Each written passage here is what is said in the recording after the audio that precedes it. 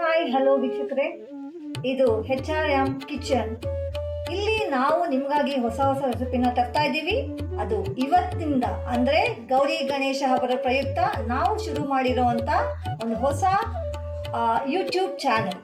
So ಇವತ್ತು ಮೊದಲನೇದಾಗಿ ನಿಮ್ಗೆ ಹೇಳಬೇಕಾಗಿರೋದು ಗೌರಿ ಗಣೇಶ ಹಬ್ಬದ ಶುಭಾಶಯಗಳು. ಅದರ ಪ್ರಯುಕ್ತ ದೇವರಿಗೆ ನೈವೇದ್ಯ ಮಾಡಲಿಕ್ಕೆ ಅಂತ ಹೊಸದಾಗಿ ಒಂದು ರೆಸಿಪಿನ ಕೊಡ್ತಾ ಇದ್ದೀವಿ. ಇದು ಹಳೇದೇನೆ ನಿಜ, ಆದರೆ ಹೊಸ ರೀತಿಯಲ್ಲಿ ಬರ್ತಾ ಇದೆ. ಮೊದಲಿಗೆ ನಮಗೆ ಬೇಕಾಗಿರುವಂಥ ಇಂಗ್ರೀಡಿಯೆಂಟ್ಸ್ ಅಂದರೆ ಪದಾರ್ಥಗಳು ಏನು ಬೇಕು ನೋಡೋಣ. ಈಗ ಫಸ್ಟ್ ಅದು ಮಾಡೋದಕ್ಕೆ ಏನೇನು ಬೇಕಂತ. ಮೊದಲಿಗೆ ಬೇಕಾಗಿರೋದು ಸಕ್ಕರೆ. ಸ್ವೀಟ್ ಅಲ್ವಾ ಮೊದಲಿಗೆ ಬೇಕಾಗಿರೋದು ನಮಗೆ. ಸೊ ಸಕ್ಕರೆ, 1 ಬೌಲ್ ಹಾಲು, ಕಾಯಿಸಿರುವಂಥ ಹಾಲು. ನಮಗೆ ಬೇಕಾಗಿರೋದು ಡ್ರೈ ಫ್ರೂಟ್ಸ್, ಅದನ್ನು ನಾವು ತುಪ್ಪದಲ್ಲಿ ಚೆನ್ನಾಗಿ ಹುರಿದಿದ್ದೀವಿ. ಚೆನ್ನಾಗಿದೆ, ಕಪ್ಪಗಾಗಬಾರ್ದು ಬೇಕದು. ದ್ರಾಕ್ಷಿ, ಗೋಡಂಬಿ, ಬಾದಾಮಿ ಮತ್ತು ಪಿಸ್ತಾ ಇವುಗಳನ್ನ ಚೆನ್ನಾಗಿ ತುಪ್ಪದಲ್ಲಿ ಹುರ್ಕೋಬೇಕು. ಮೇಯ್ನ್ ಅಲ್ವಾ, ನಮಗೆ ತುಪ್ಪದಲ್ಲಿ ತಾನೇ ಹುರಿಬೇಕು. ಹಾಗಾಗಿ ತುಪ್ಪ ತೊಗೊಂಡಿದ್ದೀವಿ, ಒಂದು 4 ಸ್ಪೂನ್ ಅಷ್ಟು. ನಂತರ ಬೇಕಾಗಿರೋದು ಬಾಳೆಹಣ್ಣು. ಇವತ್ತು ನಾವು ಬಾಳೆಹಣ್ಣು ಹಾಕಿ ಮಾಡ್ತಾ ಇರೋವಂಥ ರೆಸಿಪಿ ಇದು. ಇದೆಲ್ಲದಕ್ಕಿಂತ ಮುಖ್ಯವಾಗಿ ಇನ್ನೊಂದು ಐಟಮ್ ಬೇಕು ನಮ್ಗೆ, ರವೆ ಬೇಕು ನಮಗೆ. ಇದೆಲ್ಲವನ್ನು ಸೇರಿಸಿ ನಾವು ಮಾಡ್ತಾ ಇರುವಂಥ ಒಂದು ರೆಸಿಪಿ ಏನಪ್ಪ ಅಂದರೆ ಸಜ್ಜಿಗೆ. ಈಗ ಮೊದಲನೇದಾಗಿ ಮಾಡಬೇಕಾಗಿರೋವಂಥದ್ದು ಏನಂದರೆ ಸ್ಟವ್ ಆನ್ ಮಾಡ್ಕೋಬೇಕು ನಾವು. ಸಣ್ಣ, ಅಷ್ಟು ಜೋರು ಬೇಡ ಇದೀವಿ. ಮತ್ತೆ ಅದಕ್ಕೆ ನಾವು ದ್ರಾಕ್ಷಿ ಗೋಡಂಬಿಯನ್ನು ಹಾಕ್ತಾ ಇದ್ದೀವಿ. ಅದಾದ ನಂತರ ರವೆ ಹಾಕಬೇಕು. ಈಗಾಗಲೇ ನಾವೆಲ್ಲ ಹುರಿದಿಟ್ಕೊಂಡಿರೋದ್ರಿಂದ ಮತ್ತೆ ಜಾಸ್ತಿ ಹುರಿಯುವಂಥ ಅಗತ್ಯ ಇಲ್ಲ ನಮಗೆ. ಹಾಗಾಗಿ ನಾವು ಹಾಗೆ ಮಿಕ್ಸ್ ಮಾಡ್ತೀವಿ. ಈಗ ಅದು ಚೆನ್ನಾಗಿ ಮಿಕ್ಸ್ ಆಗಿದೆ ಅಲ್ಲ, ಈಗ ನಾವು ಹಾಕಬೇಕಾಗಿರೋದು ಹಾಲು ಹಾಕೋಣ. ಒಂಚೂರು ಹಾಲನ್ನ ಹಾಕೋಣ, ಎಷ್ಟು ಬೇಕೋ ಅಷ್ಟು. ಅದು ಗಂಟು ಆಗದೆ ಇರೋ ರೀತಿಯಲ್ಲಿ ಸ್ವಲ್ಪನೇ ಹಾಕಿ ನಾವು ಅದನ್ನು ಮಿಕ್ಸ್ ಮಾಡಬೇಕು. ಇಲ್ಲ ಅಂದರೆ ಗಂಟು ಆಗಿಬಿಡುತ್ತೆ, ಆ ರೀತಿ ಆಗಬಾರ್ದು. ನಿಧಾನಕ್ಕೆ ಅದು ಹಾಗೆ ಮಿಕ್ಸ್ ಆಗುತ್ತೆ, ಚೆನ್ನಾಗಿ ಬೇಯುತ್ತೆ ಹಾಲು. ರವೆ ಎಲ್ಲ ಒಟ್ಟಿಗೆ ಕೂಡಬೇಕು ಚೆನ್ನಾಗಿ. ಅದು ಒಂಚೂರು ಎಲ್ಲ ಹೀರ್ಕೊಳ್ಳಿ.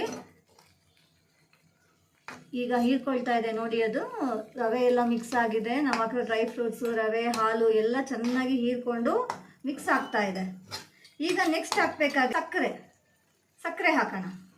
ಸಕ್ಕರೆ ಬೇಕಲ್ಲ ನಮಗೆ ಸಿಹಿಗೆ. ಸಕ್ಕರೆ ನಿಮಗೆ ಎಷ್ಟು ಬೇಕೋ ಅಷ್ಟು ಹಾಕ್ಕೋಬೋದು. ತುಂಬ ಸಿಹಿ ತಿನ್ನಲ್ಲ ಅನ್ನೋವಂಥವ್ರು ಸ್ವಲ್ಪ ಕಮ್ಮಿನೇ ಹಾಕ್ಕೋಬೋದು.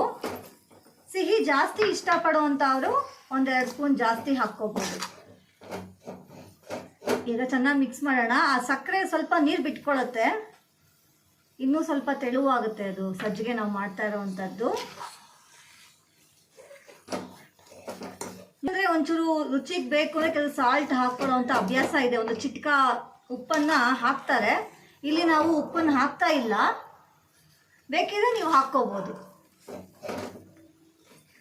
ಈಗ ಅದು ಚೆನ್ನಾಗಿ ಮಿಕ್ಸ್ ಆಗಿದೆ. ಸೊ ನಾವು ಬಾಳೆಹಣ್ಣು ಮೇಯ್ನ್ ಹಾಕ್ತಾ ಇರೋದ್ರಿಂದ ಬಾಳೆಹಣ್ಣು ಟೇಸ್ಟ್ ಬರಬೇಕದು. ಬನಾನಾ ಅದನ್ನು ನೀಟಾಗಿ ಕಟ್ ಮಾಡಿ ಇಟ್ಕೊಂಡಿದ್ದೀವಿ ಸಣ್ಣದಾಗಿ. ಅದನ್ನು ಮಿಕ್ಸ್ ಮಾಡೋಣ.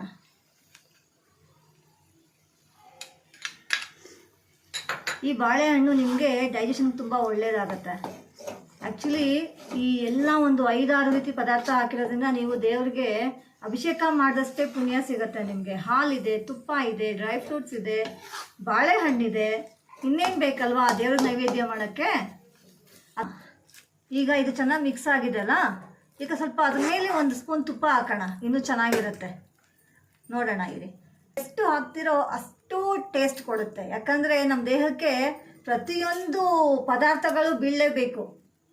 ತುಪ್ಪ ಕೆಟ್ಟದು ಒಳ್ಳೆಯದು ಅಂತಲ್ಲ, ನಮಗೆ ತುಪ್ಪ ಎಣ್ಣೆ ಕೂಡ ಅಷ್ಟೇ ಅಗತ್ಯ. ನಮ್ಮ ಮೂಳೆಗಳಿಗೆ ಅದು ಗ್ರೀಸ್ ಥರ ವರ್ಕ್ ಮಾಡುತ್ತೆ. ಹಾಗಾಗಿ ತುಪ್ಪ, ಎಣ್ಣೆ, ಬೆಣ್ಣೆ ಎಲ್ಲನೂ ಮುಖ್ಯ ಆಗುತ್ತೆ ನಮ್ಮ ದೇಹಕ್ಕೆ. ದೇವರ ಹೆಸರಲ್ಲಿ ನಾವು ತಿನ್ನೋದಂತೂ ನಿಜ ಅಲ್ವಾ, ಏನಂತೀರಾ?